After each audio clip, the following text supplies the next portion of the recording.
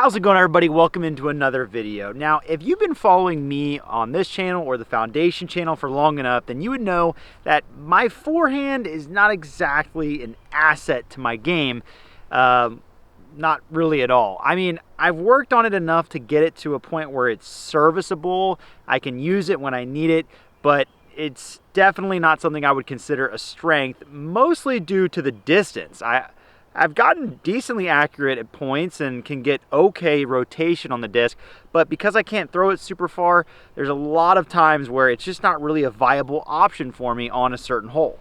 Now, this didn't come as a huge shock to me when I developed my disc golf game because I've never had a super strong arm. I was a second baseman for a reason when I played baseball, and my backhand distance is nothing that crazy, so I kind of just accepted that that's what I had, you know, a 300-foot forehand. That's really what I've got to work with. But recently, I noticed something when looking at some footage.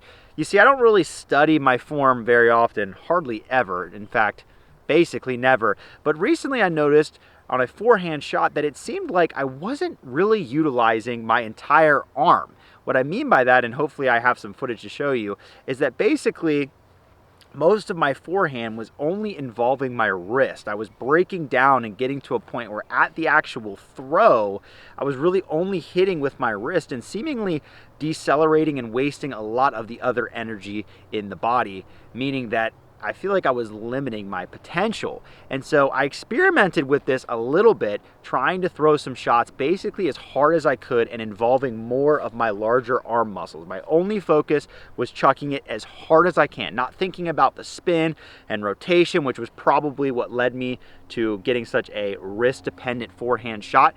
And I was surprised that all of a sudden these forehands were going further than I thought was possible. And so this happened recently, and I haven't really had time to tinker with it. That's why I'm out here today. I'm out at Falling Creek Park, and we're gonna play a few holes, rip some forehands with little regard for anything but speed and focusing on using more of the arm, and see if my hunch is correct and that maybe I have more forehand potential than I once thought. And then we're actually at the end of this few hole loop I'm gonna play, where I'm gonna be throwing exclusively forehands. I'm going to measure it out and see just for sure how much further can I get than 300 feet of distance, because I think there might be more potential there than I once thought. So we're going to start out here on hole 2, a great hole to start on because it's incredibly long and a hole where I would normally never go forehand. It's a par 4, it's 825 feet. I can hardly reach this hole with 2 backhands, so I'm not expecting, even if I do throw the forehand further, for it to get there in 2, but we'll see what happens. One of the sure signs of somebody who doesn't have a lot of forehand power like myself is that I've kind of made my living throwing really understable discs on forehands, so I can try to get as much flip and turn out of them as possible.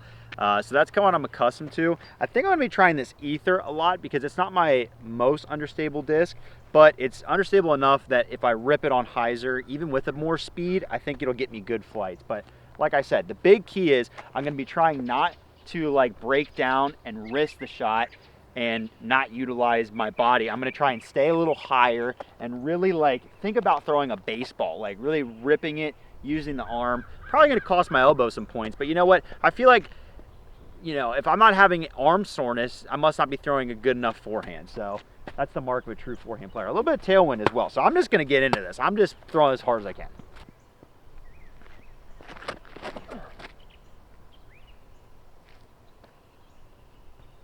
Okay, that was a decent throw, but I still think I have more in the tank. There's just something in me that, like, I'm used to this same motion where I'm not like, I feel like there's always more in the tank. That was a decent start. It was a good throw. Okay, I'm gonna be measuring these tee shots as I go, just in U-disc, so it won't be perfect, but close. That was about 290 feet. So, like I said, that's pretty typical for me. I'm looking for an extra gear, but I also didn't get any turn out of that shot, so that's not that crazy.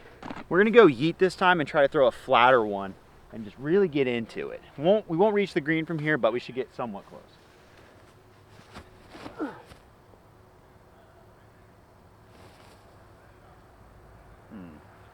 Another decent one I just didn't get over on. You're gonna hear a lot of involuntary grunting in this episode, so just prepare yourself for that. I think that was a very similar throw. But once again, I didn't really get a lot of turn out of it. I don't know, I'm hoping I'm not a fraud.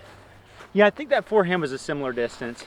I mean, if I do the math, how did I say? I think this hole is like 920 feet. Hold on, I can't remember if that's what the T sign said. I think it's like 925, I said, hopefully, which would mean like 300-foot shots. No, it can't be that. It's not that far of a hole. They must have been 825. I don't know. Math is hard. This is just a normal forehand approach. We're gonna slammer it. Shouldn't learn much from this other than can I throw. Like, this is a forehand I normally can throw anyways. I'm gonna still try and just keep that arm loose. That's what I'm thinking. Like, don't be locked up and wrist. Like, use the arm. Trying to use the whole arm.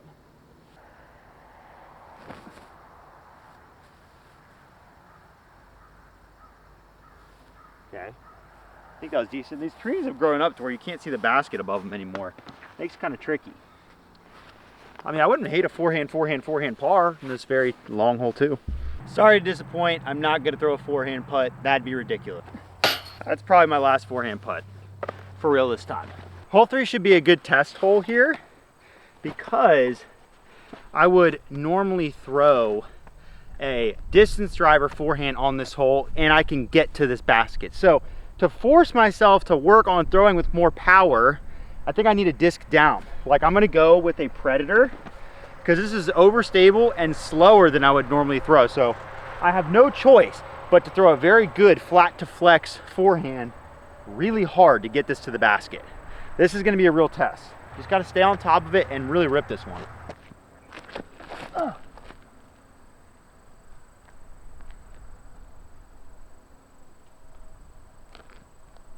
Okay, now you see that was, I've got to apologize for the grunts. I'm sorry. It's like, I think it's from a baseball thing I used to do. Anyways, that's encouraging.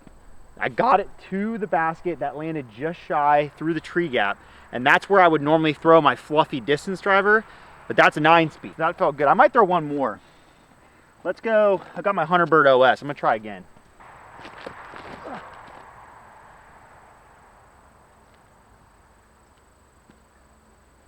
Okay, that one was a little bit shorter, but I didn't flex it at all. Let's try one more with a normal Hunterbird on hyzer wide. See if we can get there. I didn't get it all the way. It went pretty far though. I didn't flip it up. It is like, I definitely feel a loss of accuracy and control.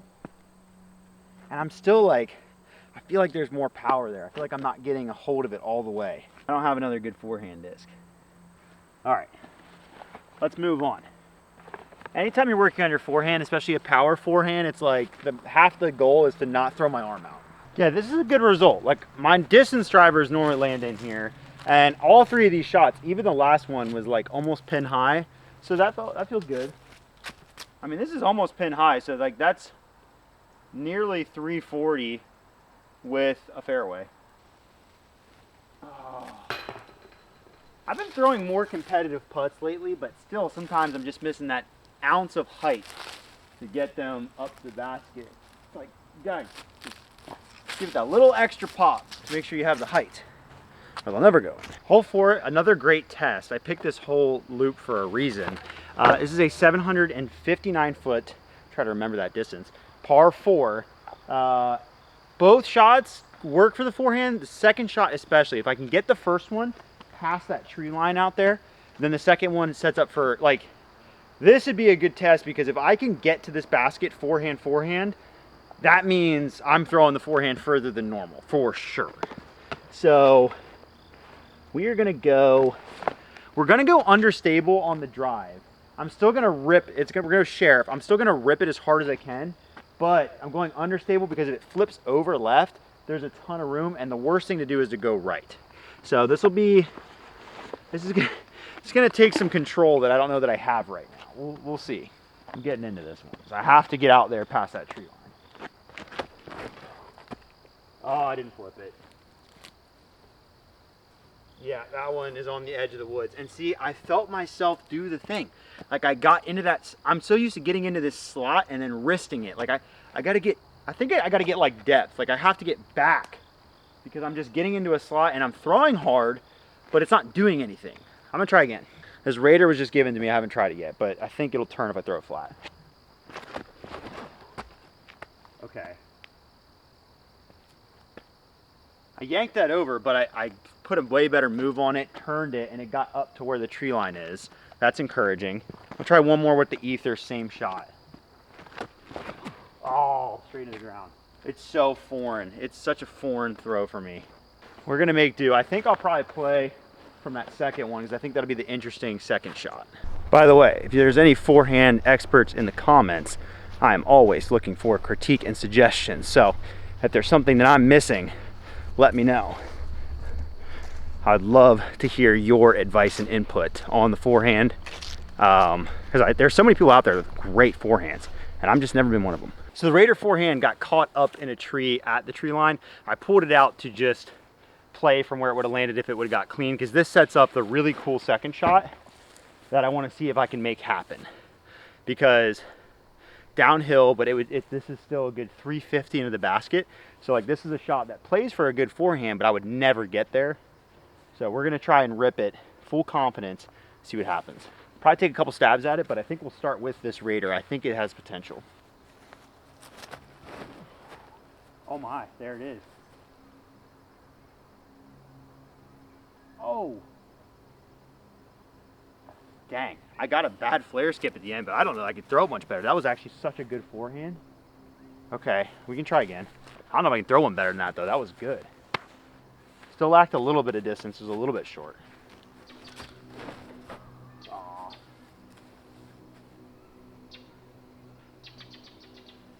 Dang, turned that one over. All right, go one more with the Sheriff. Oh, that one's sick. Okay, that one was good as well. One thing I'm trying to like figure out the balance is like, I have this bad habit of getting really low. I'm sure you've seen it every throw just about. So low that I drag my right knee sometimes and drag the mesh out of my right foot. So much that I wear holes in shoes when I have no business doing so. And so I try to stay vertical, but I find myself looking for that extra power, like feeling like I have to get low to the ground when like that shouldn't necessarily be the case. I don't know, comment down below. Does that like, I'm trying to stay upright, but it's like when I'm looking for that power in my lower body, instead of finding it in like a good step and twist, I just drop, like I get really low. And I don't really know what to do about it. I threw two really good forehands though. The first and third there were good. Yeah, this last Sheriff, like we're probably 30 short, so that was over 300 feet. That was a solid throw. I'm not mad about it.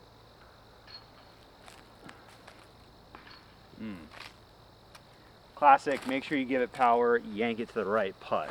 Hole 5 to the yellow basket's not really much of a pointless shot, or not a shot that has much of a point, because it's 366 uphill, but like I can hardly get there with the backhand. So I'm gonna go to the short basket. It's 240, but I'm gonna throw slammer, because this would be a disc that I wouldn't get there normally. 240 uphill, so I'm gonna try and rip on the slammer and see if we can get it to the basket. Same mentality. Oh, pulled it a little bit. Pulled that off course, didn't quite get it there. I'm gonna try cash. Pulled it again. The putters are even tougher because they kind of do take a little more finesse than the drivers. Struggling to find the line. All right, let's try hey, Shaman hyzer flip. This would be sick. Oh, I kind of got it. That's a good shot. Finished a little right. Okay, that's like pin high just right at the basket. That one was good. That one was good. We hit the angle. It's weird throwing a putter that hard on forehand. I don't know how I feel about that. I should mention, with my arm not being used to throwing this many full power sidearms consecutively, I can feel fatigue setting in a little bit. So I think after this hole, I need to go ahead and measure, go for the max distance, see if we can, how far we can push. The goal is to push close to 400. That's the goal. I don't know how it's going to do. After throwing these shots, like I threw some good shots that went far, but I just don't know. But yeah, I don't want to get too fatigued, or else my efforts are not going to be good. This is a good shot though. This is a good shot, pin high. Hasn't helped that I've thrown like multiple shots on every tee. So I've played like half a course. I've probably thrown as many forehand full power drives as you would in a normal round of disc golf. That almost came off the pole. That was a good putt. So I think, yeah, there's a field up ahead. We're just gonna go bombs away. So, and then after that, we'll play a few more holes. But it's time, or maybe I'll throw my arm out and I'll have to stop the video. There's a lot of things that could happen. Okay, it's not really windy at all. We've got a wide open expanse of a field.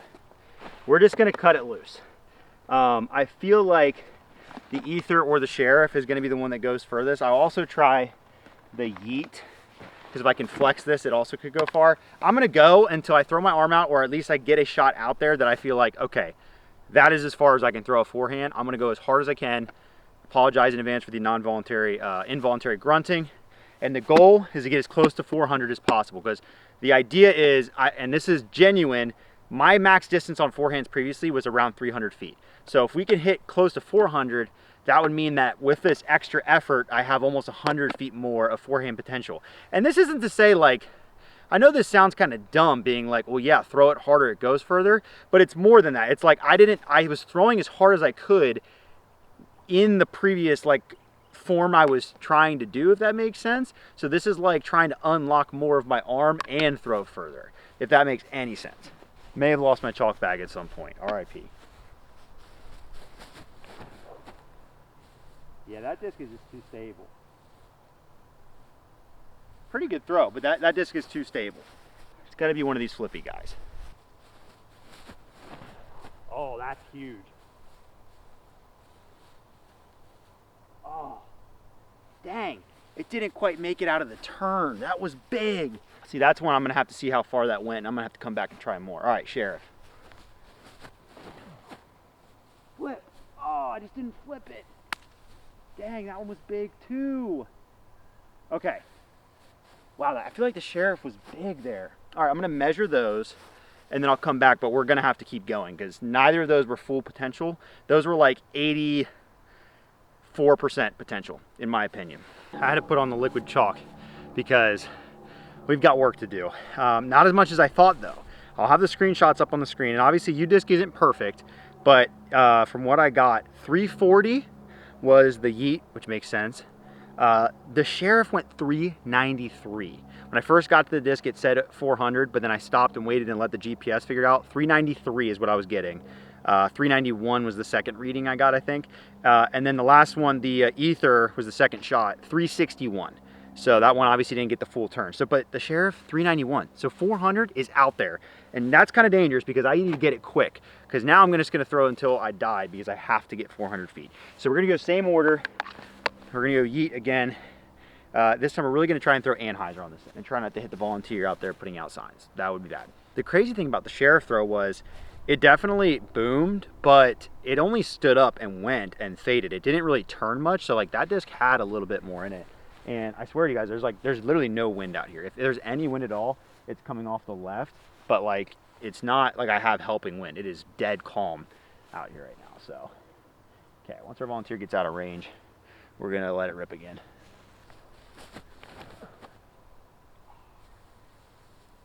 Can't quite get that one up to speed. Yeah, that disc is just not understable enough for me. I can't quite get up to speed. All right, Ether time. Man, I just didn't quite turn it. Oh, that was big. Like, that's still a good shot, but I just didn't quite turn it or it would have been huge. All right, Sheriff, I got to get this. Oh, too much hyzer. Dang, pretty similar to where the last Sheriff went. I keep parking Six's basket. So that one's probably about 380 as well. Just going to have to reload. If you're wondering why I'm not throwing that yellow Raider, when it skipped into that creek bed, I lost it. So we're a disc down. And everything else I have, I'm pretty sure, yeah, I have a Force and a PD, but those aren't going to do me any good, or a PD2. So I'm going to go get them again because I know I don't need to measure them. They're not far enough. Retrieved my discs. Got to get one out there this time. I just got to get one to turn. Got to get a turn. Like any good starting pitcher, you know, I've saved my best stuff for the third inning. One of these two. We're going to hit it. We're going to hit it. We're going to get 400 feet. I believe it. Just got to get a little bit more turn. That Sheriff was still way out there, but the Ether can get it there too. I know it. I'm gonna wait till these guys clear away from that basket that I keep throwing right next to. It didn't help that the one guy that just played through just threw an absolute mash of a forehand, and he almost made it to the back tree line there, which is, it's a pump. All right, here we go. Back to the Ether. Get out of that. That had good turn. I feel like the wind maybe like shoved that down a little bit. That disc also, I'm just finding out, I don't think it just goes as far as the Sheriff. I think this thing just pure speed wise just goes a little further. I'm starting to think that this might be the disc, which is brutal because it means I have one shot each time I retrieve them. Oh, each time I throw it, I'm just getting more and more hyzer on it. All right, I'm just gonna throw the yeet since I'm here, but this is not the right disc. Yeah, this is a waste of my time. How much more stable that is on a forehand compared to a backhand. Like backhand, that's like a flip up disc for me. Forehand's a meat hook. Oh. Guys, this is getting discouraging. I got so close to 400 feet. I'm proud that like 390s is great. Like that's 90 feet that I didn't think I had. But I think we may only have one more attempt. And the fact that I got the ether on a good rip there, I think it got a little wind drop, whatever wind's out here, but that disc might just not go far enough. We'll go get him again. All right, I think I'm gonna give myself these 2 throws and then one more batch. I am playing a charity tournament right after this, so I need to have some amount of arm left for that, even though it's only 9 holes. This distance part of this video was supposed to be just like a minute part of it. It was supposed to be more of a playthrough, like the first few holes, but I got stuck and my arm got tired quicker than I thought. But we're gonna be triumphant. I mean, 390 feet is great. I think that last one I picked up was probably similar, but I wanna hit 4 bills. I want the 400. We're gonna do it, we're gonna do it. All right, quick intermission from the video. I do have to make an announcement. Atlas Pioneer bags are finally back in stock. We just got a huge restock in 4 different colorways. We have Tundra, which I'm holding right now. We also have Tempest, Everglade, and Raven, different colors, good variety there for everybody. So if you go to atlasdgs.com, hopefully I've put the link back in the description, you can grab one of these bags. If you've never seen these before, I'm a co-owner of this company, Atlas Disc Golf Supply. We created this bag as a bag with a lot of premium features at a great price. These come in at almost about a third of some of the most premium bags at the market, but you'll find that you have all the disc storage you could ever want, generous side pockets of storage as well, 2 water bottle holders for 32-ounce bottles. They're very comfy and light on your back. They've been the bag I've been using for probably 3 or 4 years now since we started the company. I play a ton of disc golf and it gets the job done for me. So if you want to check that out, like I said, link is in the description, hopefully, but if not, atlasdgs.com. You can pick up a Pioneer bag. You're gonna love it. It's a great bag. Hope you enjoy. All right, back to the video. Gotta grunt louder. Oh, ooh. Oh, man. Dang. Had that been a little bit lower, that was actually, I got a hold of that. All right, Sheriff, you can do this. Oh, just too low. Oh, go. Go, disc. Oh my gosh, good wind. I think that did it. Oh my gosh, I thought it was too low. And then it caught like a little air bounce off the valley and it just had enough speed to just keep going. And it skipped over that back hill. That has got to be 400 feet. I'm not gonna lie, I picked up that Sheriff. I felt a little twinge in my arm and I was like, I think this is it. And I didn't really love my grip on the disc, but I put everything I had into that. The last throw probably of this video. We're gonna measure this in real time. We're gonna measure this in real time. I think that has to be it because it got so much push. That thing just goes far. I might have a 400-foot sidearm, guys. We're gonna set the U-disc. I probably let that go around here-ish. I was literally clicking on the screenshot of my last throw. Real ones know you have to turn around in circles to make your U-disc accurate. We set our start. Let's throw. Well, nope, let's go, not throw. We already threw. We're gonna walk with the phone out and see what happens. Hopefully this isn't exposed way poorly right now. I'll give you a live update of how confident I feel as I walk up to it. We're about to hit 100 feet. Anybody who's measured a shot on U-disc knows the feeling of like, you get 100 feet into your throw on U-disc and you're like, oh man, like, I don't know. Like you start to get an idea of like what you need.